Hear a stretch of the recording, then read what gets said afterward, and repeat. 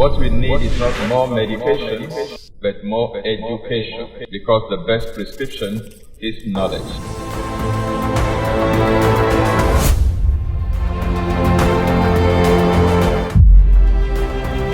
This is Exposé, coming to you live from Lagos, Nigeria, every Monday on Instagram, YouTube, and Facebook simultaneously.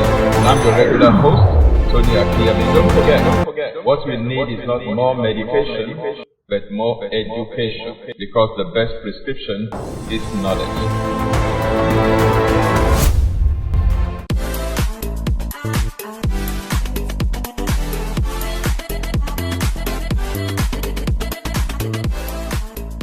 Hello and welcome to Exposé with Tony Akinyemi today. Today's episode is a very special and unique one in that my daughter and I will be making the presentation together. We co-authored the book, Defeating Diabetes. She being a medical doctor and I being a nutritionist, we brought our skills and knowledge together to package that book for the general public. Like I said, in one of the previous episodes, we are on a crusade to defeat diabetes, because diabetes is a menace. And with knowledge, with understanding, and with proper action, we can actually decimate diabetes. And so I have with me in the studio today to discuss another aspect in the series of defeating diabetes, my daughter, Dr. Melody Akinyemi. You're welcome. Thank you very much, sir. And good to have you in the house today. Glad to be here. Yeah. Apart from being a medical doctor, she's also a graduate of the Rafa Institute of Healthy Living. And she's one of our lecturers, facilitators in that institute right now. Of course, she also practices medicine. And she has a special area of medicine that she particularly is involved in. She may want to talk about that along the way. That's by the way. But today we are talking diabetes. And we will be taking off from where I left off in the last episode. But let me go back a little bit for those who may be joining us for the first time. In the first episode, we tried to understand what diabetes is. And then we looked at different aspects of diabetes, different kinds of diabetes, and different subsets of each kind.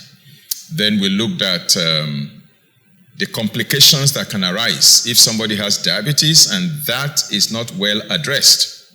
And then, of course, we began to look at the etiology. We began to look at the causes of diabetes, and we have divided the causes into three broad categories. We've looked at dietary factors. We're looking at lifestyle factors. And then we'll be looking at all the other factors grouped together. We call them other factors. So dietary factors, lifestyle factors, and other factors. Other dietary factors, in the last episode, I chronicled quite a number of dietary issues that can help precipitate diabetes, that can contribute to the development and the progression. And today we want to move on to another aspect of the causes of diabetes, and that is looking at lifestyle factors. And we'll be looking at least 4, maybe 5 different lifestyle factors, and then we'll move on to other factors. So I will be throwing the questions at Dr. Melody Akinyemi today, and she will be responding. So today, I'm on a little bit of sabbatical, and she will be the one doing the job. All right, you are getting 2 for the price of 1, and I promise you we're not going to send you an additional invoice. It's going to be free. Okay, so let's start with the lifestyle factors. And I'll begin with the first of the lifestyle issues, which is sedentary living, lack of exercise, lack of physical activity. How does that impact on this menace that we call diabetes, either in the causation thereof or in the reversal thereof? What role does exercise or a lack of it, what role does that play in diabetes? Well, when we talk about glucose metabolism, that is how our body uses glucose, the movement of the body plays a very major role in the use of glucose, partly because the muscles and the bones consume a lot of glucose. And they can even do so without the action of insulin. They have the cells of the muscles have receptors that can actually take in glucose without insulin being the one to push in the glucose. Which means that in an ideal setting, insulin is not supposed to be the only factor that helps us to mop up glucose after a meal. Movement and action is also supposed to help us mop up glucose after a meal.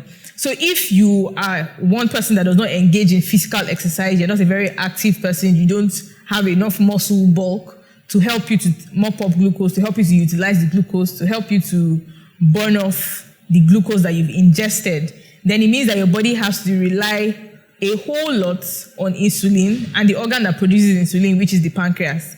After a while, it gets tired. Imagine if a man has to carry cement by hand from point A to point B.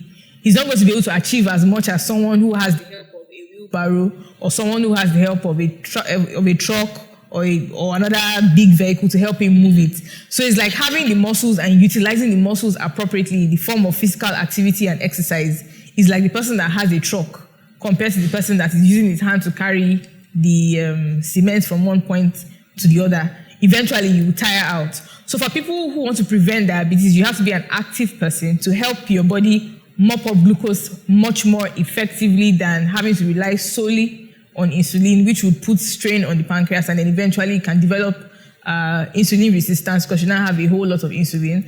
And then exercise does a lot of other things aside from helping to mop up glucose. It also helps to reduce the inflammation that accompanies the presence of high insulin or the persistence of insulin in the blood. It helps to reduce that inflammation, which also helps to prevent development of diabetes. Exercise also plays a lot of role in the body that eventually contributes towards the prevention of diabetes. Now, in a scenario where somebody has diabetes, the problem now is to control the glucose that is there. One of the cheat ways in which you can control glucose is to exercise, is to engage in physical exercise. In fact, one of the causes of hypoglycemia in some people is exercise, which means that exercise itself can help you to mop up glucose in the blood and make the sugar level go down. Right. So if you engage in constant physical exercise, that's another way of helping your body to manage the amount of glucose that you're giving it in the food that you take in, aside from using other drugs to increase insulin sensitivity. Then exercise also helps you to mop up bad cholesterol and allows and promotes good cholesterol. And I'm sure from the dietary courses, you will have talked about how cholesterol can affect, or how bad fats can affect, can make a person have diabetes or even further propagate diabetes. So if you're also burning off excess bad fats and you're promoting the presence of good fats, then you're also increasing the body cells' sensitivity to insulin and also reducing the chances of having diabetes or helping your body to reverse diabetes.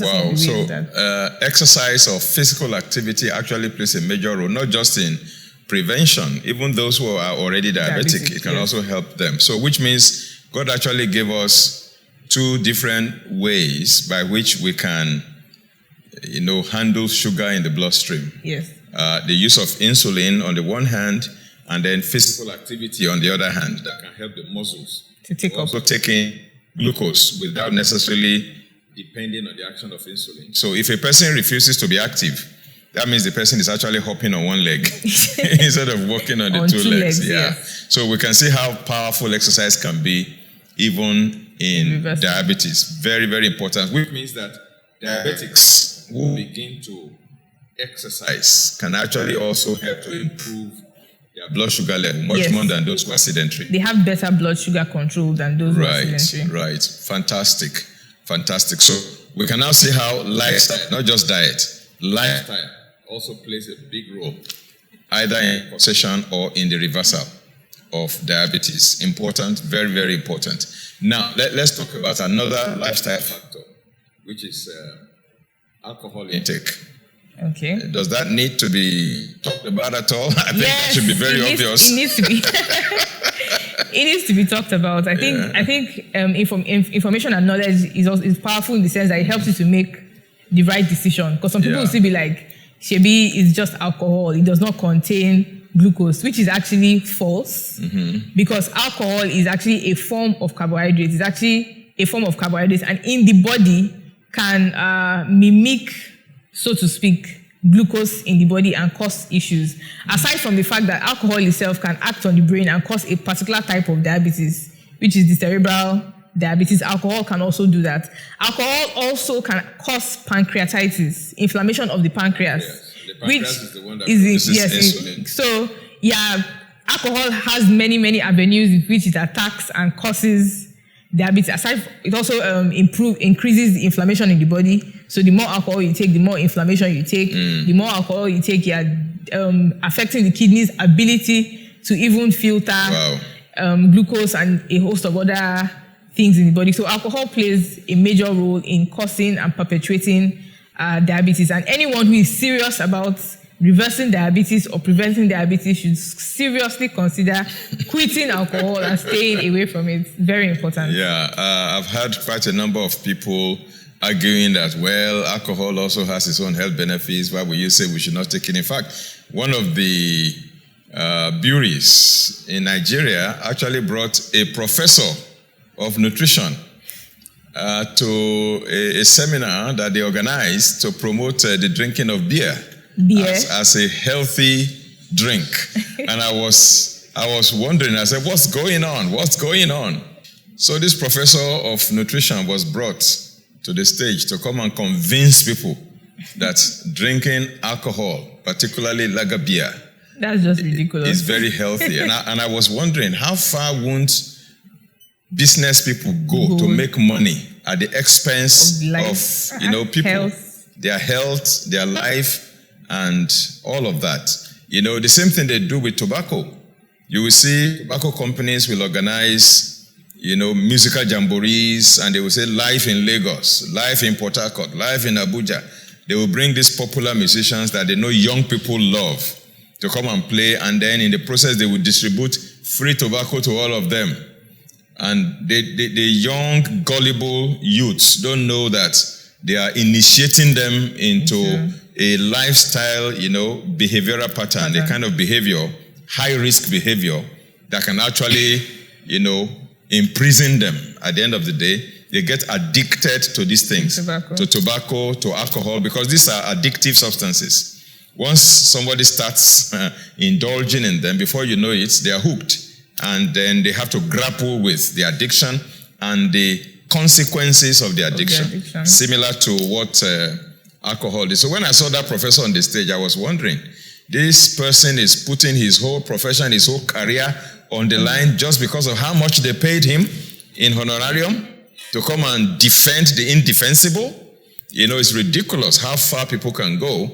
I am a nutritionist. I'm not a professor of nutrition, but at least I'm a nutritional consultant. And I can tell you categorically that alcohol consumption, to the best of my knowledge, does not have any health benefit for anybody.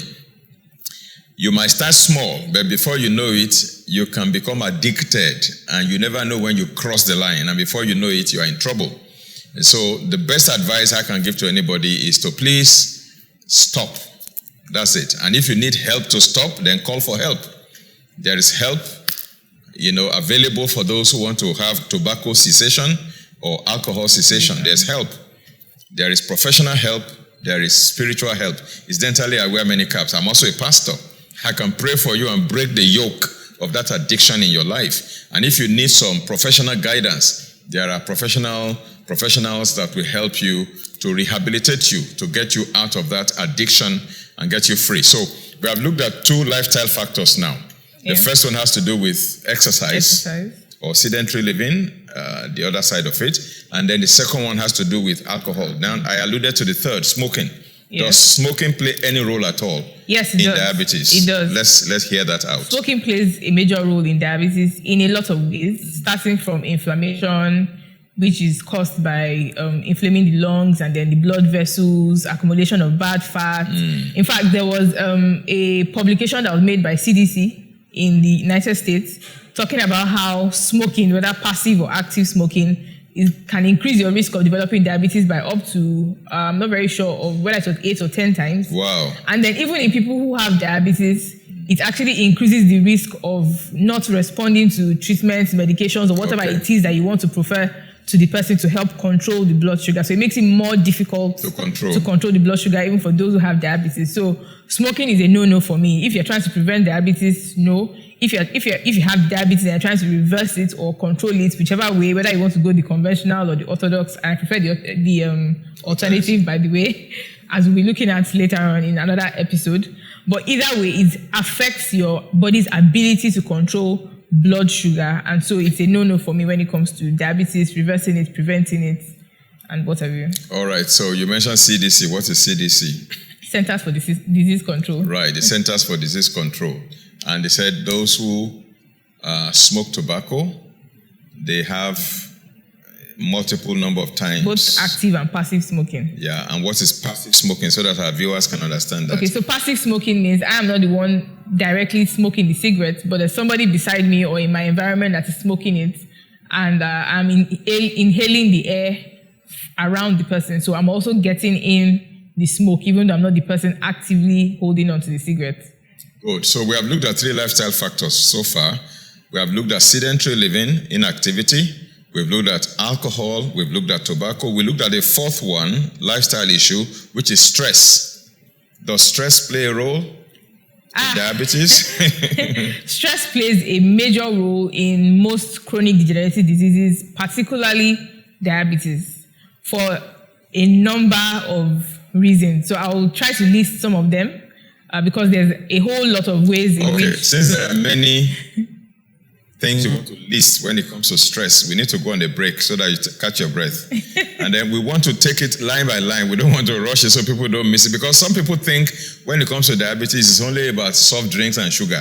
No. You are eating sugary food. You develop diabetes. People don't know that it goes beyond that. There are so many other things. And I don't want this to be lost on them. So we'll go on a short break right now. When we come back, we will articulate and itemize one by one how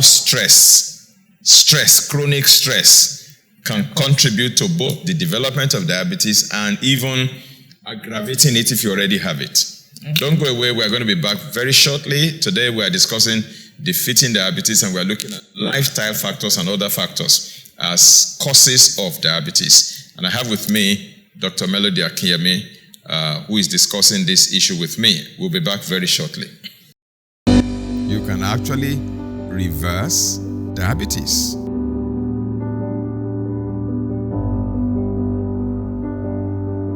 When you understand diabetes, you understand what it is, you understand how it happens, the risk factors, the causes, and the complications that it can give rise to.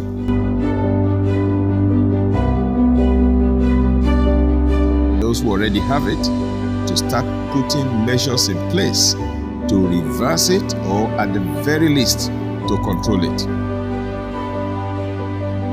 My daughter is a medical doctor and I am a nutritionist. We co-authored Defeating Diabetes Naturally.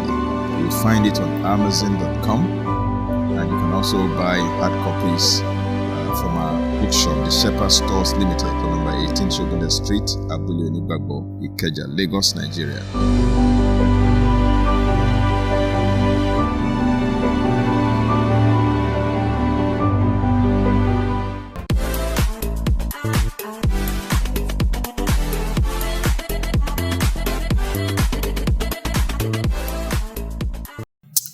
Welcome back to Exposé with Tony Akinyemi. Don't forget our axiom. What we need is not more medication, but more education, because the best prescription is knowledge. And to be informed is to be transformed. To be uninformed is to be deformed. We are discussing defeating diabetes, and I have with me today Dr. Tony Akinyemi, my daughter, a medical doctor and a graduate of Rafa Institute of Healthy Living. And we are looking at lifestyle factors that can either contribute to the development of diabetes or to influence, either positively or negatively, the cause of diabetes, either the management thereof, the treatment thereof, the reversal thereof, or otherwise. And we have looked at sedentary living, lack of exercise, lack of physical activity. We've looked at alcohol. We've looked at tobacco. And now we're looking at stress before we went on break. Now, stress plays a big role in diabetes, and many people don't realize it. Many people think that, to prevent diabetes, don't take sugar, don't take soft drink, don't take this, don't take that. But little did they realize that stressful living can also predispose a person to developing diabetes or make it difficult to reverse diabetes. So it's a risk factor. Stress is a major risk factor. And so Dr. Melody will take it off from there. What role does stress play? Lay it out slowly, loudly, clearly, one after the other. I don't want it to be lost on them. I want people to get to know this very well and bear it in mind. Go ahead. Okay, no problem. So when we're talking about stress, we're referring to both physical stress, mental stress, emotional stress, all different types of stress, which I'm sure has been covered in other episodes. And the major pathway through which stress actually can cause or further aggravate diabetes is through how it interacts with our hormones. Now, if you look at how sugar or glucose is utilized in the body, whether it is either used up and stored or produced in the body, all of these actions and activities are controlled by hormones and enzymes and what have you that we have in the body. Now, while we have insulin on one hand that helps to mop up glucose in the body, on the other hand, we have several hormones that cause the production of glucose or cause the recycling of glucose in the body or inhibits other pathways that help to mop up glucose in the body.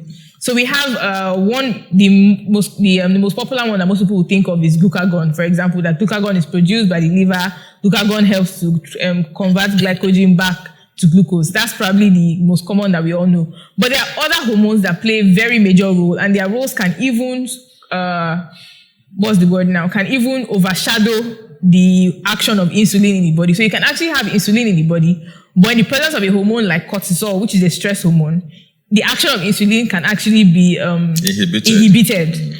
And your body produces cortisol in response to stress, regardless of the type of stress. So if you have persistent cortisol in the body, you're not only inhibiting the action of insulin, that is the ability of insulin to drive glucose into the cell for utilization. It also in itself causes the body to produce glucose from existing raw materials like protein and what have you.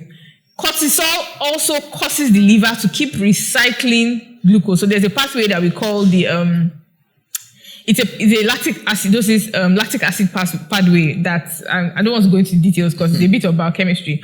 But there's a way the liver is able to keep recycling elements, acids, and other elements within the body to keep pushing out glucose in response to the presence of cortisol in the body. Right. Why does the body keep pushing out glucose that way? So the assumption is in the fight or flight mode, which is the sympathetic drive. The assumption is that you need a lot of energy, a burst of energy to respond to the stress, to the threats. Okay. That is before the person. A lion is chasing the person. You need to run very fast, faster than you've ever run in your life. A lot of energy to do that. And you need glucose for that kind of quick energy. Glucose is the only substance that can give you so much energy within a short period of time, as opposed to other things. Now, if you have constant cortisol, your body is not going to say, oh, the cortisol has been there constantly. This is chronic stress. This is not acute stress. It's not going to differentiate the two. It's just going to respond in the same way, which is to keep pumping out the glucose, assuming that you need the glucose for energy. To run from the lion. And so insulin is now continued to be produced. Right. Insulin is trying to push in the glucose. Cortisol is saying, no, don't push in the glucose. We need the glucose. So it's stopping it. And then it keeps producing more glucose. And then cortisol also makes you hungry. So you keep eating more food and keep adding to the glucose that is already in the body. Right. Cortisol also affects your body's ability to help you sleep properly. So you are very stressed out. Even when you want to sleep, you are unable to fall into deep sleep. Deep sleep has the ability, there are hormones that are produced during deep sleep that has the ability to correct the damage or the stress that has been caused either by cortisol or insulin or the presence of glucose. Drive the parasympathetic part of but because of the persistent presence of cortisol, the person is unable to benefit from all of those actions. So you're not mopping up the glucose you're supposed to mop up when you're sleeping. You're not utilizing other glucose for other things that you need to utilize them for in the body. And so the glucose persistently goes high. So I remember in medical school then, or in general medical practice, there's a part, even when you're trying to manage people with diabetes, there's a tendency for them to have a sudden drop and then a spike in their glucose level during the sleep period. Okay. And so if you have excess cortisol, you can have that spike while you're sleeping. You're not eating anything, but you just have that spike because of the cortisol that is excess in the blood. Cortisol is a product of stress because your adrenal glands produce are cortisol, producing a lot of it to help in response to the stress you are facing in your body. Yeah, so you have to address stress on many levels. You have to sleep adequately. So if you feel that you slept, you've woken up, you've not, you feel you're still sleepy, you might need to sleep more to give your body more time to mop up that cortisol so that you don't continue to reinforce the cycle that keeps pushing out glucose. I think that's the simplest way to help explain how stress can affect your body's ability to mop up glucose, or at least utilize the glucose and the insulin that your body is producing. So stress causes the production of glucose, increases your intake of glucose, and inhibits or does not allow your body to effectively mop up glucose, which are like three major ways through which diabetes is caused in the first place. So it effectively leads to insulin resistance. Yes. In the body. And so blood sugar keeps remaining high up there. And with time, the sugar that is circulating over and over and over begins to glycate the red blood cells. Before you know it, damages all over the place. So, wow. Now, it's clear that stress management, therefore, plays a very key role. So we can see some lifestyle issues here, that those who want to prevent diabetes or those who want to reverse diabetes should not only look in the direction of diet. Of course, diet is a major and strategic component, but they also need to look in the direction of their lifestyle.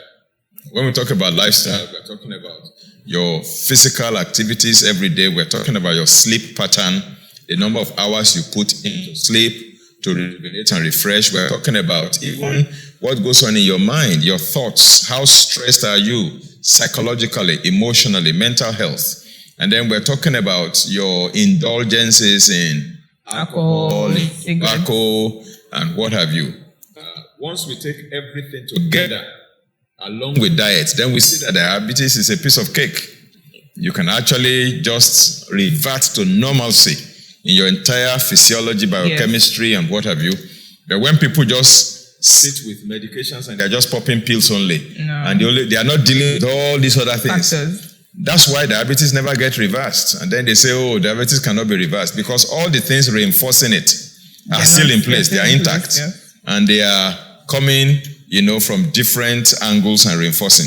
Okay. Are there other lifestyle issues apart from these four that we can talk about? I think I will probably add weight management, environmental factors, environmental toxicity, and other things that can pose stresses on the body. They might not necessarily, environmental factors might not necessarily cause the diabetes, but can aggravate diabetes or sabotage your efforts to reversing diabetes. So if you're in a place that is very toxic, while your body is trying to recuperate and heal and reverse and restore balance and homeostasis, additional you have to now deal with all those additional environmental stressors. So you find that if you're looking at different environmental statistics, you find that people in a certain region are predisposed to having a lot of diabetes, and some other people in that region do not have so much diabetes, even though they're eating their meals are not too far from each other, but you're wondering how come these ones have so much of it and these ones do not have so much of it. It might just be because of the other environmental stresses, absence of good family interaction, good social support, and other things that's affecting them. Another thing to look at is weight management. Some people say I eat healthy, but you're not maintaining a healthy weight. Weight can also affect or distort or disturb your glucose metabolism pathway, which can lead to diabetes or frustrate your efforts in controlling diabetes. You want to ensure that you're always within a good weight range and physical stamina and fitness. Before we leave the lifestyle factors, let me include hydration as a lifestyle issue. Okay, because that should have been covered under nutritional factors or dietary factors. But let's bring it to lifestyle because, under lifestyle, people also indulge in beverages of different kinds apart from alcohol. Yes. Some people, in the past, I attended a lecture that was given when I was chief engineer of a company. I attended a lecture given by the chief medical director of our company clinic. And she told us then that the reason many of our staff were developing, coming down with typhoid was because that typhoid was waterborne and all of that, and that we needed to watch the water we were drinking. And we didn't have a canteen in the company. We were eating out in restaurants in the neighborhood. And so we felt that maybe the water in those restaurants were not pure enough. So people like me and a few others decided that we were not going to be drinking water anymore. So we adopted soft drink as our only liquid that we were consuming. And I could take a bottle, 4 bottles a day, and that replaced my water. So I may claim that I am trying to be careful, not to be sick, but then what I'm doing is actually causing problems for me. So let's talk about hydration, dehydration. People take coffee and coffee and coffee instead of water. People take soft drink and soft drink. People take packaged fruit juices and all of that just to hydrate, not realizing that they are probably achieving the opposite of what they intended to achieve. Can you enlighten us on that? So for hydration, water is what we need for hydration, not juices, not drinks, not cocoa, not coffee, not tea. And by water, we mean pure plain water. It's important to stay hydrated. So let me just take a sip. Go ahead. By the time you are feeling thirsty, you are already dehydrated. Clinically, you are dehydrated. So if I want to assess dehydration in the person, the first question I ask is, are you thirsty? The moment a person says yes, that means the person is dehydrated. And ideally, we are not supposed to allow ourselves to get dehydrated. We are supposed to keep ourselves hydrated. So if you are waiting till you are thirsty to drink water or to take something, then you are fluctuating between dehydration and hydration, which is for every time you go dehydrated, you are impacting your health negatively somewhat. So you need to drink in water. And I've met a lot of people that say, I don't like water. I don't like the taste of water. Water is not supposed to have taste, so I don't understand. I'm always colorless and tasteless. And they say, I don't like the taste of water. Water doesn't have taste. It's just supposed to make you feel refreshed and make you feel calm. Or some people say, oh my God, I'm so thirsty. Pass me a chilled bottle of Coke. And I'm like, what are you doing? You're taking in probably 50 or 60 cl of Coke and you're going to excrete 1 liter of water because of the amount of caffeine and sugar and what have you that is inside the Coke. It's a diuretic, so you're losing much more water than you're taking in. So I always say, take water. Try your best to drink the water. Educate yourself on the reason why you have to drink water. For those that say, okay, taking too much water is a lot, because in my field of work, we have, there are certain medications we give that we have to get them to take up to 5 liters of water in a day. And they say they cannot take 5 liters of water in a day. So our compromise is take at least 2.5 to 3 liters of water, and they can substitute with maybe watermelon juice, which is about 90% water, and then 5-10% other nutrients that are actually beneficial to the body. So if you feel you are very thirsty, and you're tired of drinking water, you probably had like your 2 liters of water or 1.5 liters of water, you can substitute maybe watermelon, fruits that have very high water content. That is a better substitute than drinking coffee, Coke, soda, tea, cocoa drink, or whatever else you feel is tasty and nice. All of those things dehydrate you instead of actually hydrating you. You take 1 cup, you are losing 2 cups of water. So drinking pure water is very important. Another thing you can do to help improve the taste of the water is you can squeeze maybe a slice of lemon into the water to improve. Some people say it makes them tolerate the water better. I don't know. Yeah, maybe some people drink hard water, so it has this kind of taste in the mouth. That's why people need to learn how to purify their water properly and get the kind of water that we call wet water, the kind of water that can really hydrate you properly. Yes. Yeah. We are getting signals that our time is up. I don't know why they are doing this to us. You should have allowed us to go a little further.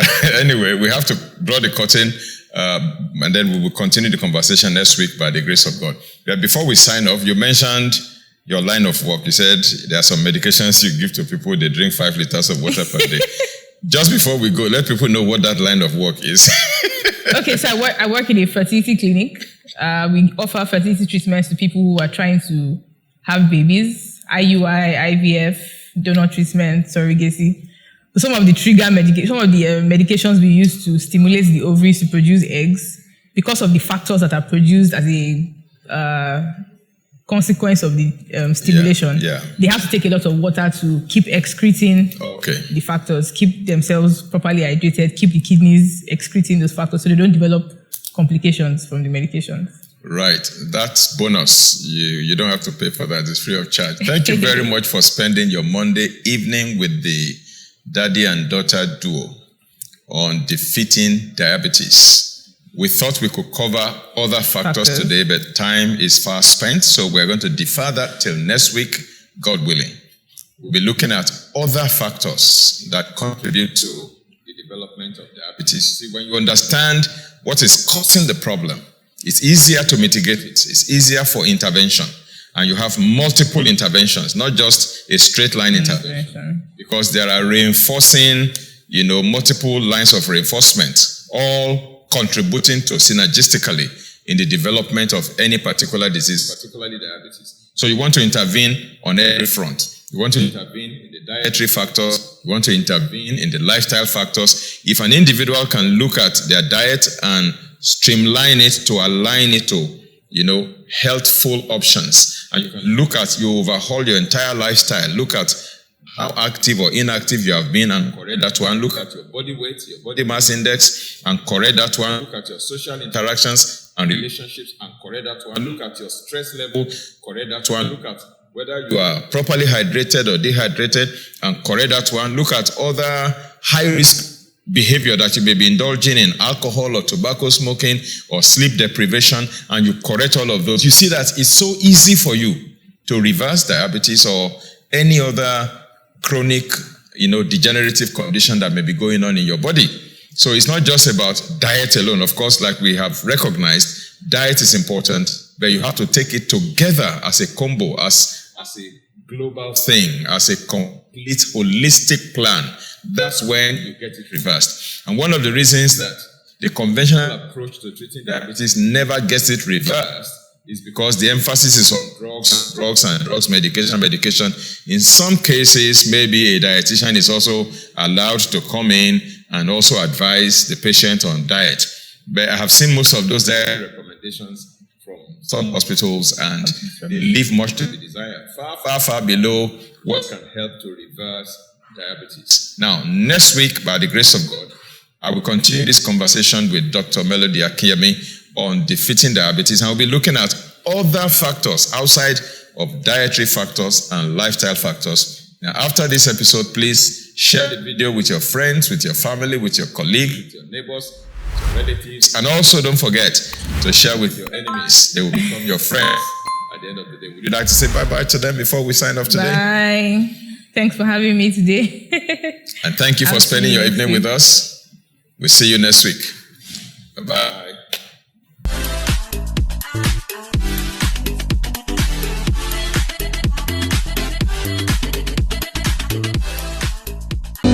You can actually reverse diabetes.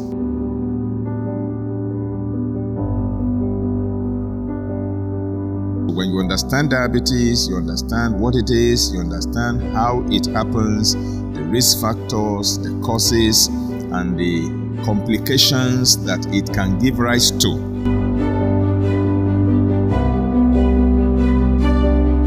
Those who already have it, to start putting measures in place to reverse it, or at the very least, to control it.